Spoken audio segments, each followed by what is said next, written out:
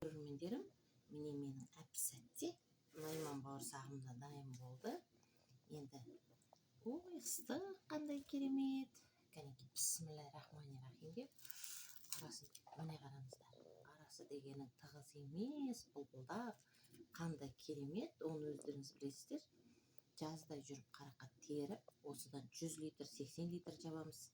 Бір вареньеден екінші вареньеға жеткізіп, оны осы күннің далада 32 градус аяз, біз болсақ үйдің ішінде терлеп кепшіп, бауырсақ пен шай ішіп отырмыз. Бісміллә деп.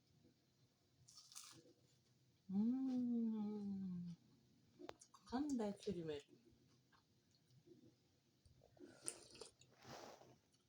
Құрметті менің көрермендерім, менің аккаунтымда плюсикті басыңыздар, комментарий жазыңыздар.